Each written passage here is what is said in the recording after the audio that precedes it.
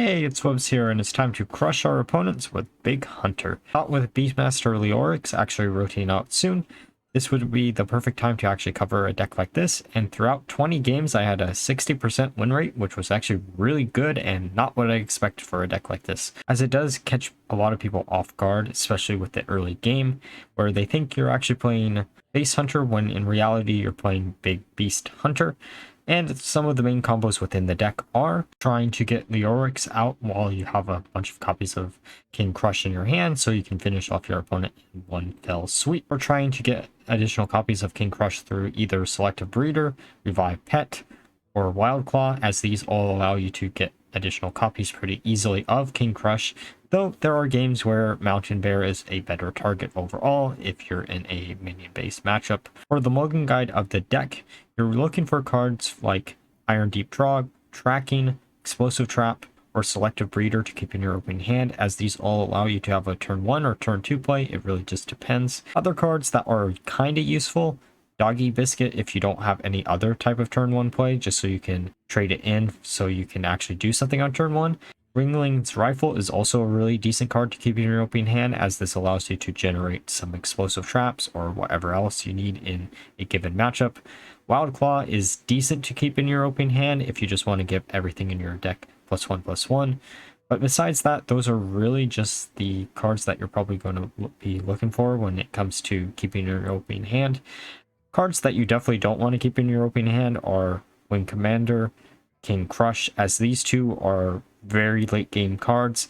Wing Commander is a card that could easily be cut from the deck. It only came up maybe once or twice, though I think one of the games in this video will show it off a little bit, but I couldn't resist using a card like this, especially because I have a golden copy. With that all being said, let's go find some games. Alrighty, let's play a game against Druid. So we're going to Mulligan away the Warsong Wrestler and the Quick Shot just so we can get something else. Tracking is actually a really good turn 1 play for this deck. We're going to probably grab the Wild Claw here just because we don't have any beasts in our hand, so every beast we can actually buff up is actually currently in the deck, so it does give us a turn 3 play, though we did draw into the Mountain Bear, which is kind of sad. Next turn we can put down the Explosive Trap depending on what type of Druid it actually is. This doesn't really give us too much information. It might just be Ramp Druid, I'm assuming. We can put down the Wild Claw, buff everything up, though there are cases where you want to use her as an additional copy of Krush or something else. This is just a really good turn 3 play if you can actually do it without having too many beasts in your hand before you actually play her down. Okay, we're going to play our Ringling Rifle, getting the Explosive Trap because why not? That's an interesting top deck. It doesn't do anything for us this turn, but we can play the Bane just to draw 3 cards. Might as well attack into their face, hopefully getting a Ice Trap, and we do get an Ice Trap, which is pretty good. Okay, so we do get the Ice Trap on one of the best targets we possibly could get. That would have been annoying to deal with now. We're going to play the hero card here because then we can try to get another Explosive Trap. I guess we're not going to. We're going to get an additional copy of King Krush just so we don't hard draw into it before we can actually play it. Getting probably another copy of King Krush here because we can, really. That's the entire reason. Okay, so they're going to kill our minions here, which is perfectly fine. If they're going to waste a skill of Onyxia on this, it doesn't really do much for us, so there's the Leoroxx for next turn, which is actually going to be pretty good. I'm going to play our hero card here, get a Explosive Trap in case they buff up an entire board of anything, really, and probably going to go for the Freezing Trap, to be honest, but we could also go for the Animal Companion. Okay, so they're going to buff themselves up a little bit, which is actually a pretty good idea, especially if they know we have 2 King Krushes in hand. It's either we have 2 King Krushes or we have 2 Rhinos, which is equally devastating if they actually play anything at low HP, or without taunt, I mean. Okay, so they have Glowfly Swarm, which is going to be a little bit annoying, but gladly we do have 2 Explosive Traps, so we should be able to deal with that pretty easily. We're going to grab King Krush here, which will buff him up. And if we can actually somehow manage to get all 3 King Crushes off of the Leoroxx, that would have been great. But I very much we're actually going to be able to get all 3 just because we do have a Mountain Bear in hand. Okay, so they got something random there. Arbor up is not what I want to see, but we do have a way to instantly deal with it, so it's actually pretty decent for us, especially if they don't buff it up any further.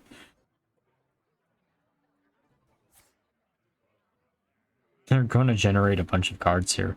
It's a little bit annoying seeing how many cards they're generating, but it's fine as long as we can kill their minions and they don't put it out of lethal range for our minions. And now we get to wipe their board. Well, we might as well put Leoroxx down just to see what we actually get. We get 2 King Crushes, which is actually pretty good.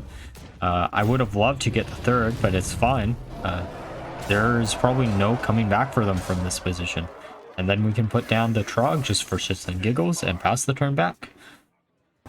Onyxia is a little bit too late. And we win the game. Okay, time for a game against Demon Hunter. We're going to mulligan probably everything here away except for maybe the quick shot. The quick shot shouldn't really matter just because of the fact it might be questline Demon Hunter, since that seems to be the most common Demon Hunter deck, and we mulligan into a second quick shot anyway, so it doesn't really matter. Now, Pet Collector is one of those cards that I included in the deck, but probably should be cut out of the deck. I don't know what for. Maybe either A, more beasts, or B, more removal. Getting a Trog this early is actually kind of funny, so we're going to play him down. And it isn't quest lines, which is kind of a shock.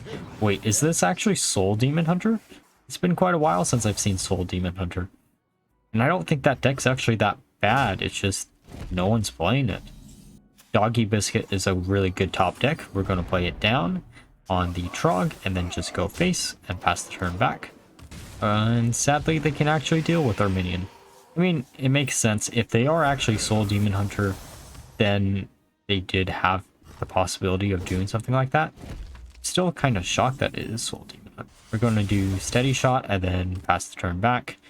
Then next turn we can put down the Pet Collector or the Ram. It really just depends on what we want to do. If we play the Ram in our hand before the Pet Collector, then the Pet Collector will get the second Ram just for free and then make whatever beast we decide to discount really, really cheap. Mountain Bear is actually a pretty good beast to try to make super cheap. Drag out a Ram from the deck, pass the turn back. Okay, so they are gonna down that weapon. It's been a while since I've seen that weapon. I feel like we're back in Ashes of Outlands when people were trying to figure out a big beast hunter deck to work versus Soul Demon Hunter. Actually, I guess that would have been Skull Nets and not Outlands. Okay, so they're going to play down their hero card. That's a little bit annoying, but we do have ways to instantly deal with both of those minions. We could use our first Ram and then use Devouring on the second one, or we could play down the Mountain Bear, use Devouring, then play the Ram. Actually, no, that wouldn't work either. We can just see what we get here, and we get Huffer, which is actually really good. We can attack into their minion, which gives us back our bear to our hand, which is actually really decent too. Okay, so we're going to be able to do a bunch of damage here. We can actually, funnily enough, try to res or copy that. If we copy that, we actually get a bunch of extra damage here, which is actually really funny. Then we'll just go face, see what else we can revive here. Might as well get the Mountain Bear just because it puts more in between our face and their hero. They're going to attack with their minion. That's not going to really do much. I get why they were trying to see what it actually was, but it isn't like they have anything in their hand that we're... Oh, that's a little bit annoying. I keep forgetting they're Soul Demon Hunter. They're going to discover a demon. Now, that's a weird card to include in Soul Demon Hunter. I'm assuming you're trying to find other things with it, and they give up. Okay, so we're going to mulligan away everything that isn't Selective Breeder here. Trog is a really good card to actually see, though in this matchup it might not be the best, just because it is warrior. So unless it's control, it's probably dead. Just going to play him down, pass the turn back. It's quest line. Wait, did they pass the turn to me without playing their quest line? That's a interesting play. We're going to play King Krush, or grab King Krush, and then we're going to kill their minion and then pass the turn back. It's really strange. Why would you do that? Okay, so we're going to coin out nothing, I guess, because we could just hero power and allow their minion to survive. There's no point of really doing the Wrangler yet, just because sure we could get a second copy of Krush in hand, but we are only on turn 3, so it shouldn't matter too much. They're going to kill the Trog, which is kind of funny, just because I don't think that's really the best option in a matchup like this, but I'm not them, so I can't make the decisions for them. They're going to pass the turn back. We're going to attack into the Cannoneer probably here by coining out the Pet Collector, getting a Ram, going face. Okay, they have an Anchorman, which should get rid of the Pet Collector. Really annoying we're allowing them to keep getting armor, but it is what it is. Ichman isn't actually that good right now, especially because we do have... Actually, I guess we do have the original Krush in deck too, so it doesn't really matter too much. We're just going to go face again. We could use Revive Pet to get another Ram, which would allow us to discount Krush even further. Or we could get greedy with the Revive Pet. It really just depends on what we want to do. A top deck of a Mountain Bear would be really nice right about now, though. Oh, hey, speaking of Mountain Bear, let's play the Mountain Bear down and then pass the turn back.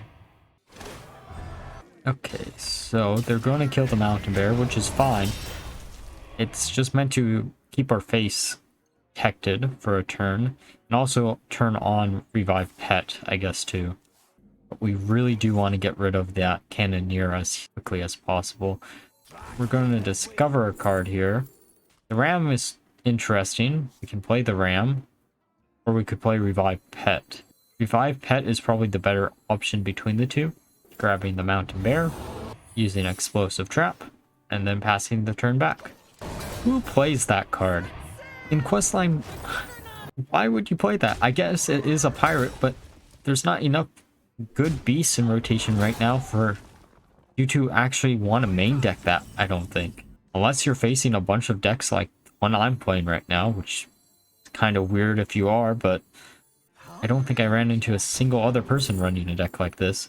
We're going to grab King Krush, play down the Ram, then we're going to attack into the Cannoneer to kill it, and then attack into the Captain so we can actually put it in lethal range of the Explosive Trap.